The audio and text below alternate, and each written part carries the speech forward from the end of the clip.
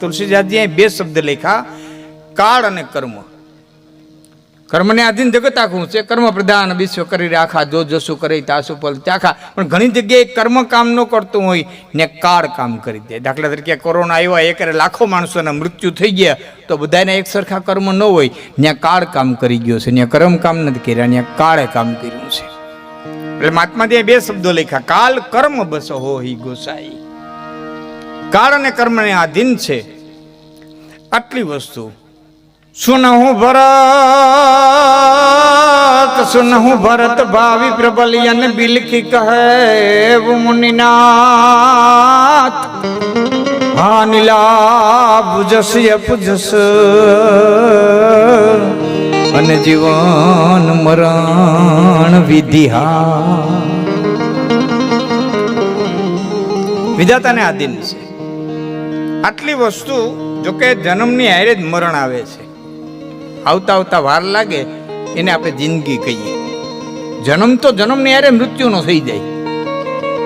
એક માતુશ્રીના અવસાન પ્રસંગે આપણે મળ્યા છીએ, વાલબાઈમાના અવસાન પ્રસંગે મળ્યા છે. એટલે એવા શબ્દથી હું શરૂઆત કરું, તમને આશ્ચર્ય લાગશે કદાચ ને.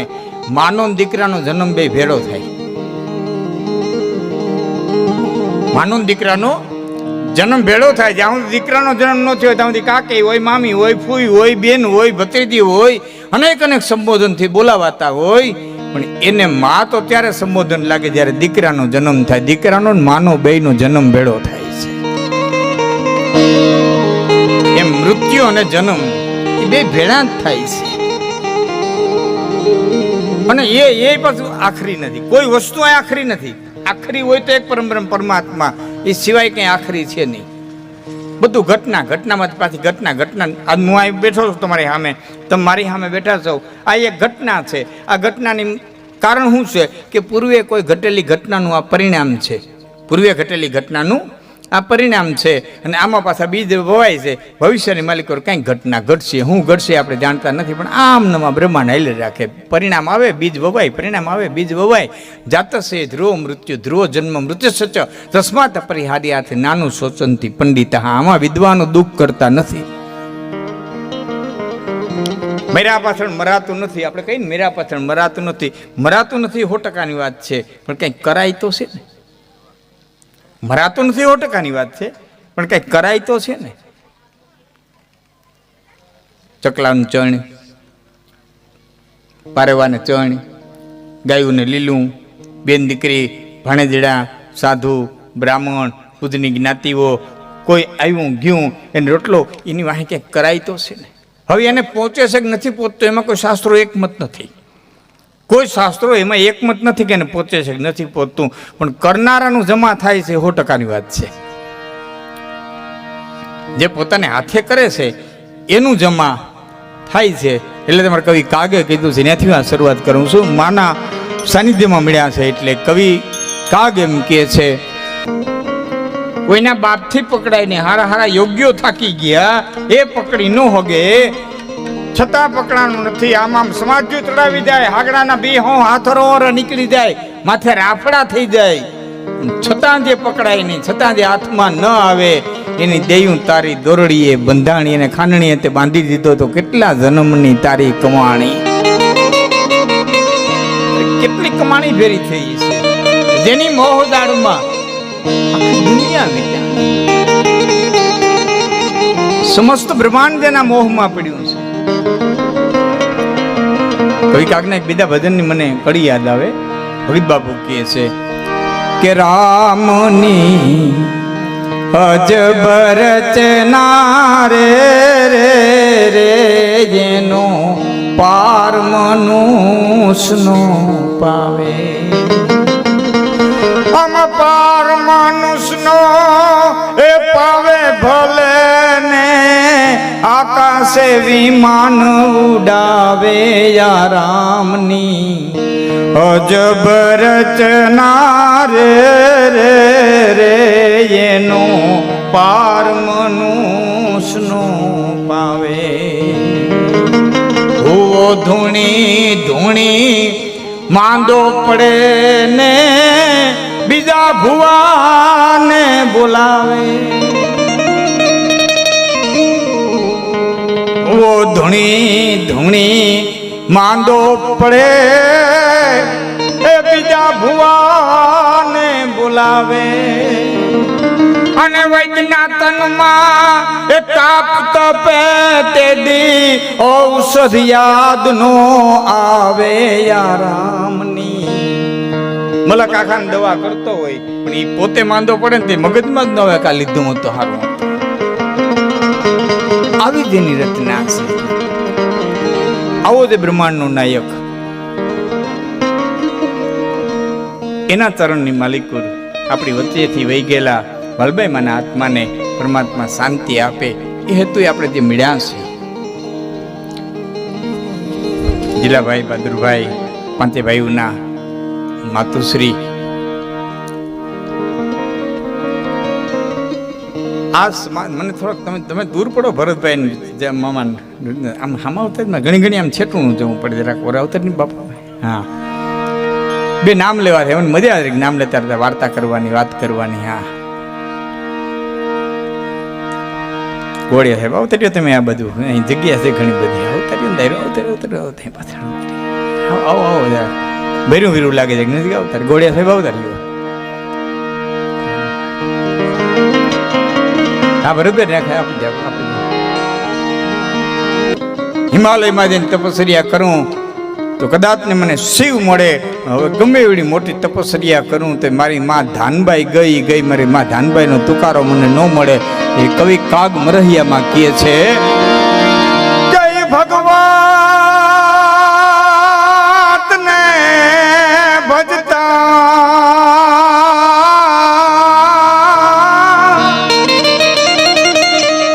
મને માહેશ્વરે આવીને મળે. પણ આમાં મળે ના એક જ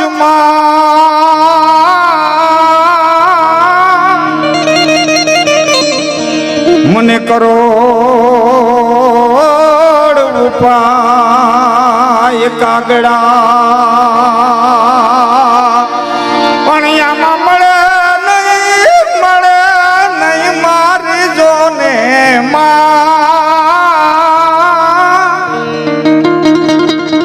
કરોડ રૂપાય કાગડા મોટા કરીને માય મને ખોડેથી કપતા કર્યા. પણ પાછા ખોડે ખેલવા હવે કરીને બાળક કાગડા.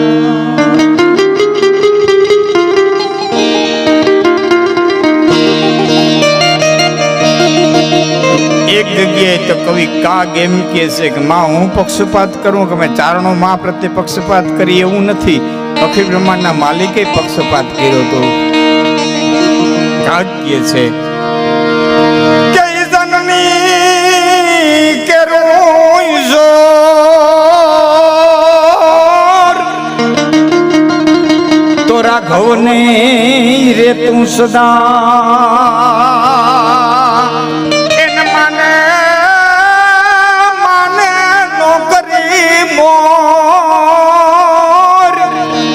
કર્યો પિતાને કાગડા એને માને નો કરી મોર.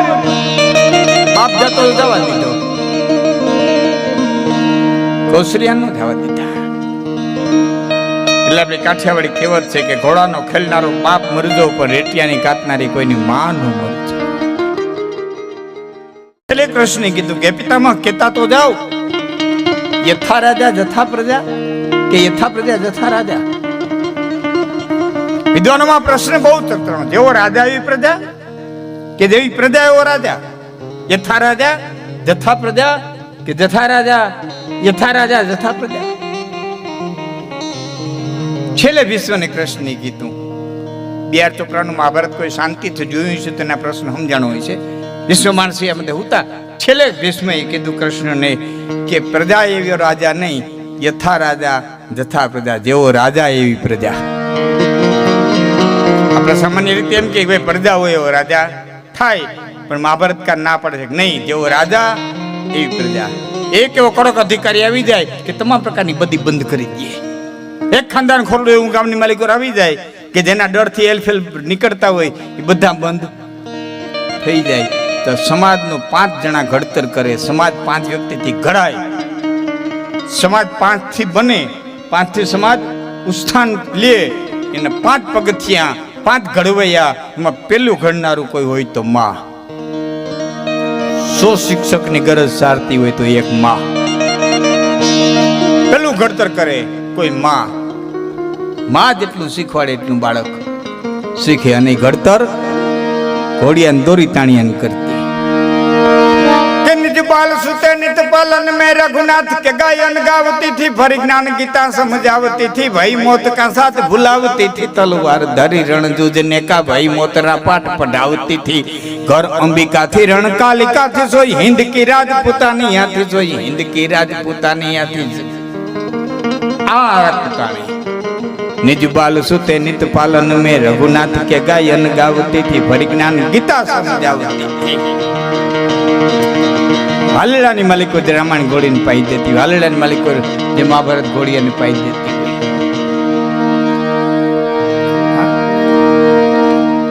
ઘણા મેં વાંચ્યા છે, પણ છેલ્લામાં મને હાલડા એટલે છેલ્લામાં એટલે આમ છેલ્લા ઉપર, એનાથી બધા આગળ ક્યાંય હોય તો મને ખબર નથી.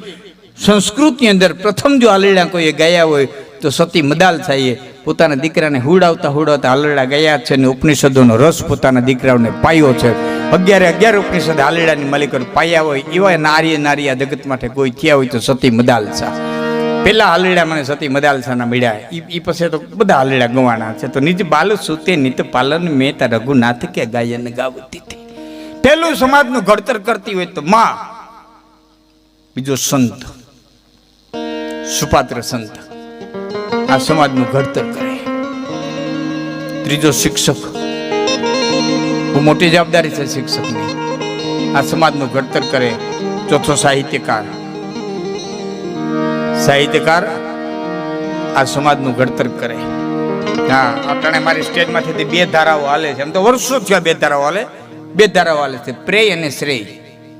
2 ધારાઓ હાલે, પ્રેય અને શ્રેય. એક એવી ધારાના કલાકારો છે કે જે પ્રેયમાં બોલે જાય છે, એક એવી ધારાના કલાકારો છે કે જે શ્રેયમાં બોલે જાય છે.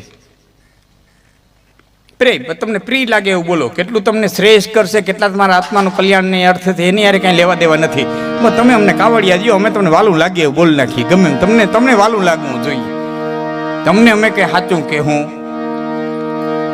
નહીં. હા, ઘણી વખત આપણે વેમમાં રહેતા હોય, ઘણા વેમમાં ન નાખતા હોય. બાપા સતને કસટ હોય, કોઈક માંદું પડે ને આપણે ખબર કાઢવા દઈએ, પછી આપણે એમ કહીએ બાપા સતને કસટ હોય, એટલે હું નહીં વેમમાં નાખીએ, હું સત્ય છું, મને કસટ છે. બરાબર, કસોટી કેને કરવી પડે? જે ઝવેરીને ખબર ન પડતી હોય એને પાણા માથે કહવું પડે કે હોનું છે કે નથી. ખબર ન પડતી ઝવેરીને તો પાણા માથે કહીને જોવું પડે આ હોનું છે કે નથી. બોલો તો તનકી જાને મનકી જાને, જાને ચિતકી ચોરી, અણે અણુમાં વિશ્વથી જાણે છે, એને કસોટી કરવાની ક્યાં જરૂર છે? એ તો ન જાણતો હોય એ કસોટી કરે. સત્યને કસોટી બસોટી કઈ હોતી નથી. સત્ય સત્ય છે, અહીં કર્યા ભોગવવાના છે, બીજું કાંઈ હોતું નથી. કર્મ પ્રધાન વિશ્વ. ઘણી વખત ઘણા એમ કહેતા હોય ભાઈ સત્ય કોઈને કહેવાય ને, સત્ય કહીને કડવું લાગે. સત્ય કોઈ દી કડવું હોય ને, સત્ય નામ પરમાત્માનું છે. ભાગવતની અંદર 9 વખત સત્યની સ્તુતિ કરી છે. સત્ય સત્ય સત્ય ઈ જ ઈશ્વર, સત્ય ઈ જ નારાયણ, નારાયણ ઈ જ અમૃત. ઈ સુધા સત્ય કોઈ દી કડવું નથી હોતું, પણ આપણને નથી ગમતું એટલે કડવું લાગે, એ વાત નોખી. આપણે બીમાર પીડા હોય ને કોઈ આપણે ખબર કાઢવા આવે, રસોડામાંથી ચા આવે, તમે જોજો આ બધાને ઘરમાં બનતું હોય, રસોડામાં ચા આવે, આપણે બીમાર થઈએ, કોઈ ખબર કાઢવા આવ્યું હોય માટે રસોડામાં ચા આવ્યો, એને રકબી ભરી દીધી, અને એને ચામાંથી કેટલીમાંથી રકબી આપણને ભરી દીધી. હવે જે ખબર કાઢવા આવ્યો છે ને એને એક ઘૂંટડે મજા આવતી હોય, એને એક ઘૂંટડે ટેસ્ટ આવતો હોય, એને એક ઘૂંટડે આનંદ આવતો હોય, અને એનો ચા આપણને કડવો ઝેર જેવો લાગતો હોય. શું કરવા? માલિકોનું બગડ્યું એટલે બાયણેનું બગડ્યું. ચા નથી બગડ્યો પણ અંદર કંઈક એવું તંત્ર ખોરવાણું છે. માલિકોનું બગડ્યું એટલે બાયણે બગડ્યું. સત્ય કડવું નથી પણ આપણું માલિકોનું કંઈક ખોરવાણું છે એટલે કડવું ઝેર જેવું લાગે, એટલે કડવું ઝેર જેવું લાગે. સત્ય નીકળવું નથી. પાંચ જણા ઘડતર ઘડે, પેલી માં, બીજો સંત, ત્રીજો શિક્ષક, ચોથો સાહિત્યકાર.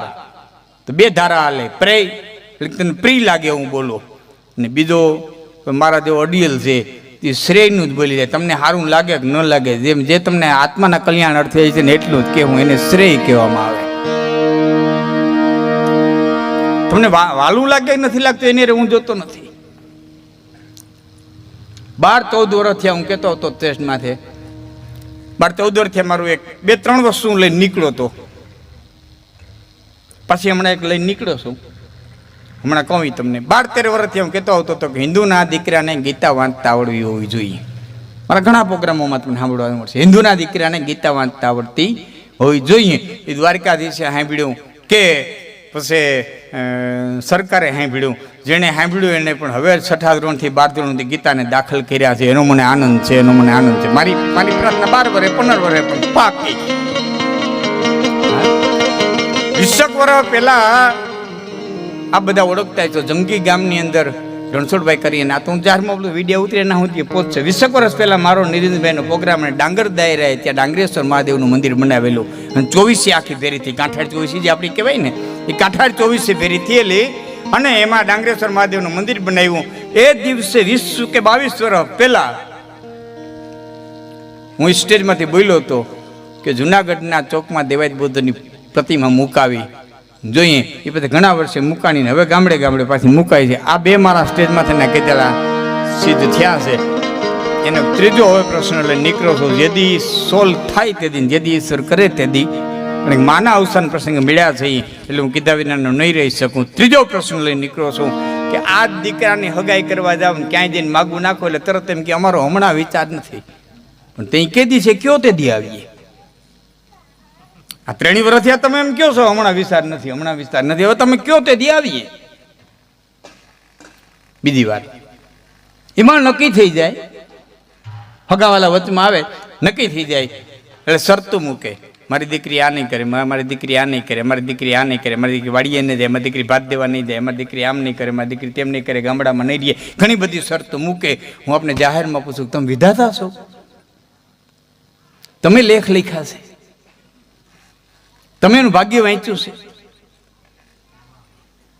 ત્રીજી વાત, જે બાપાએ જે માતાઓએ દીકરીને શરત કરીને લગ્ન કર્યા છે ને દીકરીઓ દુઃખી બહુ થયું છે.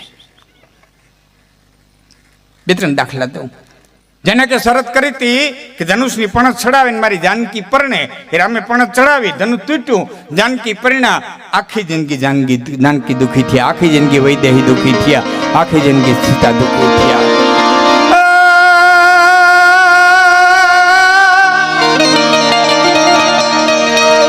વિશ્વામિત્ર જોયેલ સઘળાઈ જોશ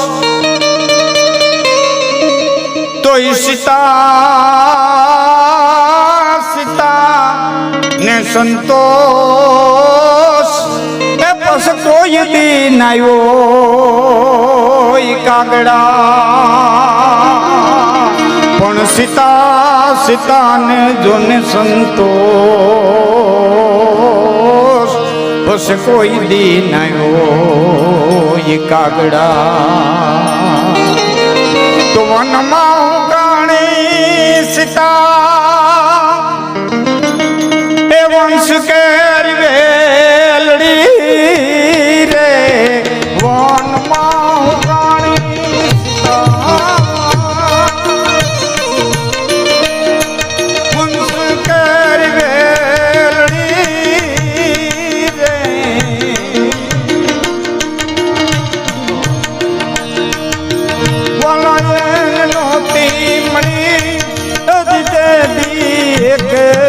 હુયાણી રે બેડલાના જયા બેટડા રે એને નોતી મળી કઈ તે દી હુયાણી રે બેડલાના બેટડા.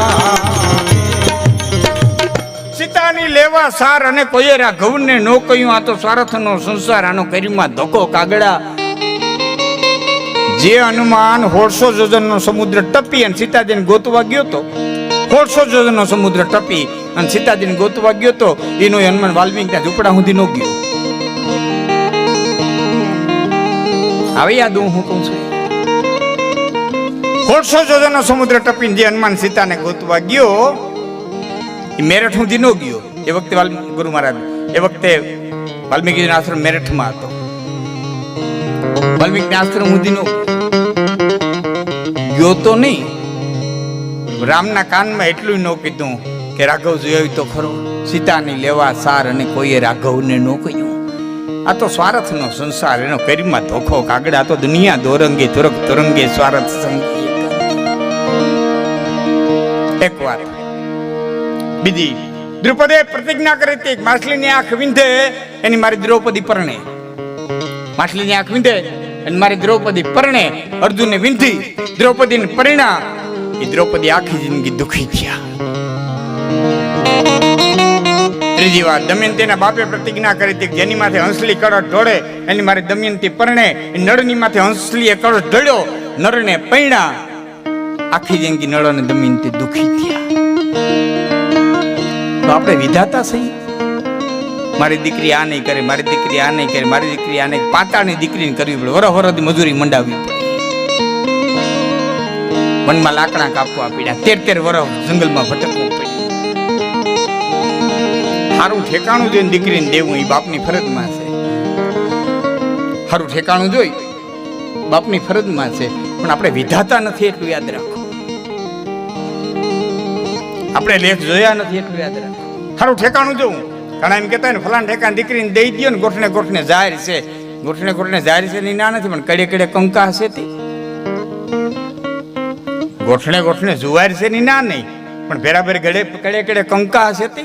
હાંજે ભાણે ભેરાબેન ખાઈ નથી શકતા, પાટલે બેહેતા રોટલા ઉડે.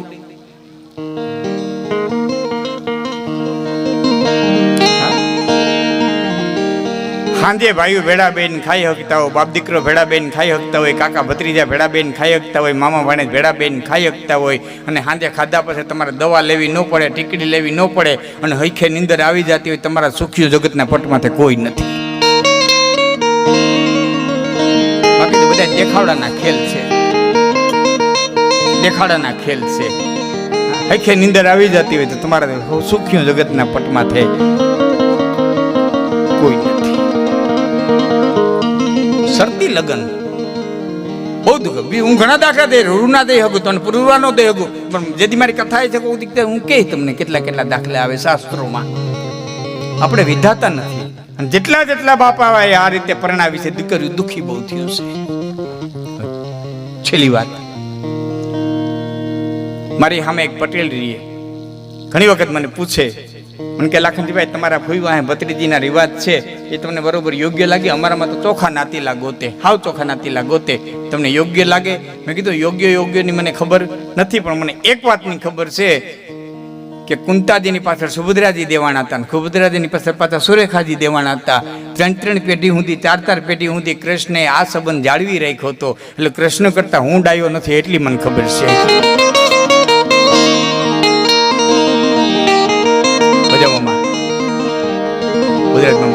આમાં મજા છે કઈ?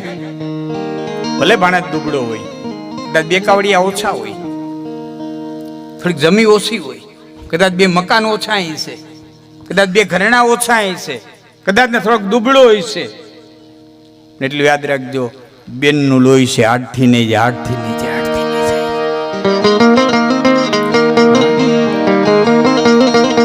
પેલી 2 ખાઈશ મારી પૂરી કરી છે ઈશ્વરે. 3જો પ્રશ્ન લઈને હું નીકળો છું. જેટલી પોતાય જેટલાય એટલાય આ તાતી જરૂરિયાત છે.